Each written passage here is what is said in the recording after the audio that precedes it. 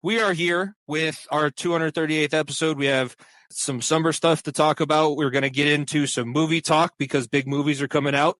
We're doing this a little bit earlier in the day because Nico's going to be going to see a movie. I was going to say, if it's Superman, I'm going to be jealous because I haven't decided to take myself there. It'll be on my list, obviously, but we'll have our top 5 list of superhero movies, do our normal segments. Not going to be super long because it is truly dead. Like some of the things I've been listening to on sports talk radio, 45 minutes of how you should cook a tomahawk steak, whether it should be seared, reverse seared, salt, pepper, spread, all of that.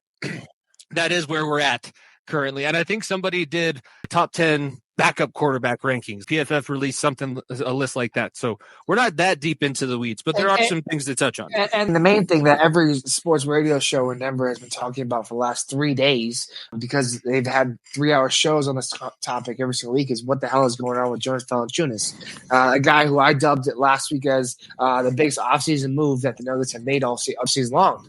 It's been an interesting situation for those that have been living under a rock. He apparently agreed verbally to a contract with Panathinaikos, whatever. Really? Very good Greek basketball team with a team that has Kendrick Nunn, who's a former player. Juancho, our good friend Juancho Hernan-Gomez plays over there. Movie star Juancho Hernan-Gomez. Star of Hustle, if you're not aware. And lots of other lower-level NBA players are on that team. And he was a guy they were sought after and a guy they felt like they were in his grasp. But which we'll get into the details of how the agent fucked up a little bit later. But let's just put it this way, is that you can't get out of contracts that easily. Crazy to think that. Crazy when you sign a 3-year deal. That's why you have to sign a contract in ink. You can't just You can't just get out of contracts like that. It's a weird situation. Nico, there's a lot of Gen Z and younger listeners to podcasts, and they're going to be scrolling on social media. You just blew their mind. You just dropped an atomic bomb on their existence. If I sign something, there's consequences to me signing something? It's wild that Jonas Valanciunas decided he was going to sign a 3-year deal in New Orleans, of all places. That horrible team, and then be like, you know what? Actually, after a year and a half, 2 years, I'm good. I'm good. I'm all right. I don't want to do this anymore. When you have the contract signed, guaranteed, and the details of this contract are so interesting because was in Sacramento, which obviously is Sacramento is basketball hell for the West Coast. Okay, you want to see where careers go to die. It's Sacramento, unfortunately. What's been going on with Sacramento last 2 years? This is the second year in a row that a player for Sacramento has decided, I want to avoid my contract and pay all the money back. I'll pay you what I'm supposed to be paid. Shit. I can't remember who the guy was last year, but he was a middle of the road level player and a guy that got sparing the minutes. He said, I don't want to finish my contract here, and the NBA let him out of it. Well, there's a difference between the Denver Nuggets and the Sacramento Kings is that Valinciunas has a chance to win an NBA championship and be on a real contender for the first time in his career. Look at the teams he was on, right? Toronto during their worst days. He got traded to Memphis before they got Kawhi Leonard. Memphis, bad days, right? He got sent to New Orleans, horrible team at that time. Gets sent to Sacramento, who's been middle of the road. Never been on a real NBA title contender. He's been on 5 different teams in 5 years. And the whole reason for this situation being upon us is because he moved his family back to Lithuania last year. And 5 different teams in 5 different years means one thing. You haven't stayed in the same home for more than a year. You haven't lived in one place for more than a year. That's tough on families. It's tough on everything else. And Valinciunas thought that, you know what? I've had enough of this. The NBA is not treating me well. I'm going to go to Greece and be close to my family and know where I can play a little bit longer and be a star player over there. But second half part of that is that obviously the Denver Nuggets are a different situation. It's a much different situation that he's played in, a much different situation than what he's been with. He'll be a backup center. Obviously, he's been a starting center for most of his career. He'll have sparing minutes. But the thing that the Denver Nuggets are over time is, like, obviously the best option we have. And if you're not able to secure this, you can secure him returning, you'll either A, get that money back, which he'll just forgave that money, or B, he'll be the best backup center in the NBA, and I don't think that's even a question. Right there with Brook Lopez behind Zubac. So, like, in tough situations, weird situations, because, like, a guy has been tossed around the league by so many mid teams and not really strong contenders, where, like, he was like, you know what, I enough, I can be close to family, this, that, the other thing. I don't blame the guy. I don't blame the guy at all. When you've been tossed around so much hard, it's been like unexcusable for your family to live in one place. Let's be honest with you. Jonas Valanciunas is not going to spend his offseason and his free time in Denver. Neither does Nikola Jokic. He's not nowhere to be seen around here. He's in Salzburg, Serbia, watching his horses. Win, by the way. His horses win. Exactly. So, everything that came out today has been very, very, because everything looks like he's pointing to being a Denver Nugget. But, if a guy doesn't want to play for your team, that's one thing. It's another thing if a guy has personal reasons that he can overcome, right? Because, listen, this Papa whatever team in Greece, this contract, if they wanted that bad, will be there next year. Yeah. Where he has a 1-year option. So he could play this year out, possibly win a championship here in Denver, and then go to Greece, be closer to his family. I don't think this Papa whatever team in Greece realizes this. This is the big leagues. The NBA.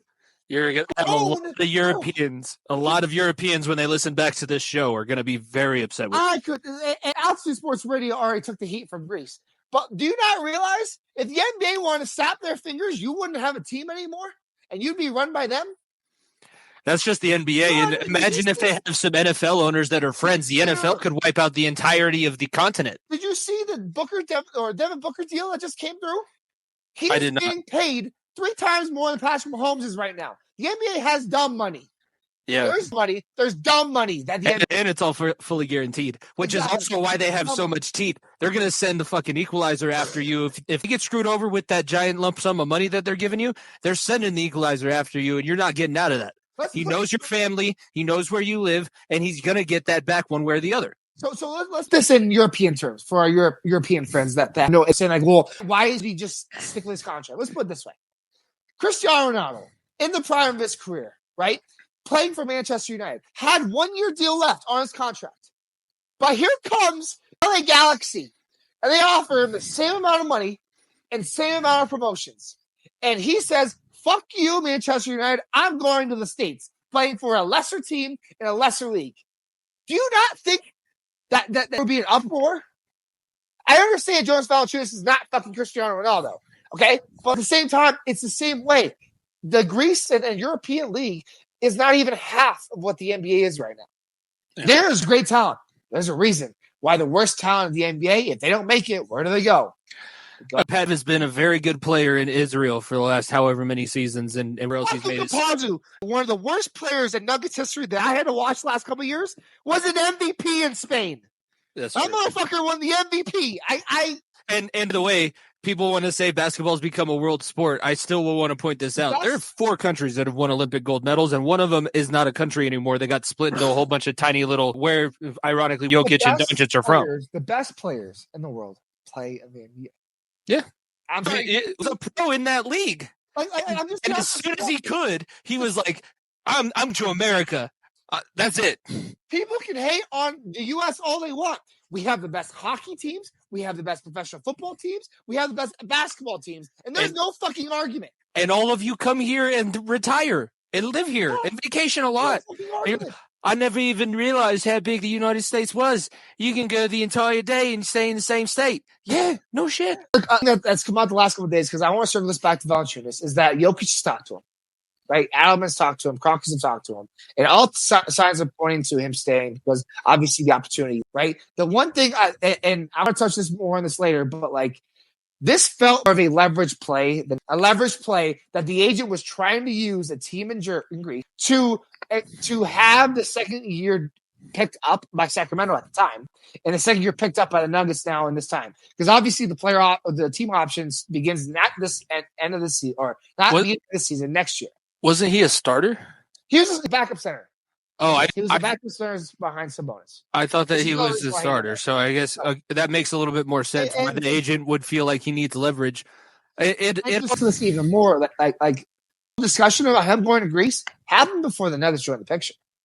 Sacramento was weeks before, or a month before us. You don't think Valanciunas was like, I'm sick and tired of this after the season, right? You don't think that obviously when Nuggets came into the picture, things changed. And I think that's why it's been such a weird situation. We've lost players based on fax machine issues before, Nico. So I guess anything is possible. We did say that this is a big thing. My wonder has been posed on a couple of the places that I listen to. I get why big makes sense. But if they're going to be fighting this hard to get a guy in, why isn't it pointed more towards somebody like Al Horford, who, yes, I know he's 6 years older than Valinciunas, still plays a lot in a bigger role as a former starter, NBA champion. And not only is he your backup center, but he could also be in that same starting rotation if you wanted to put them both on the floor and see how that goes. So why isn't there as much of a push for Al Horford if it was going to be this hard to get a guy coming in here anyways? Because you got off Dario Saric's contract in this trade. It's because you're making the trade no matter what. Because either, like I said last week, you either A, get Jonas Valanciunas to this deal, or B, you get rid of Dario Saric and you get addition by subtraction. Exactly. So obviously Valanciunas, like I said, the reason why they haven't even they've talked to Horford is what the reports have said. The reason why they haven't obviously signed him is because Valanciunas is under contract. Like I said in the beginning, he's under contract. When a guy's under contract, you can't just throw out money and say, Horford, if this guy doesn't come here, it's just sign for this much money. Horford doesn't want to wait, right? The Nuggets don't want to wait either, because if that's going to be plan B, Valanciunas needs to get figured out sooner than later so that they can make a more aggressive play towards Horford. I mean, that's getting sorted out in the next couple of days. I'd be very surprised if we come to this weekend and things will get sorted out. I don't see it is this way.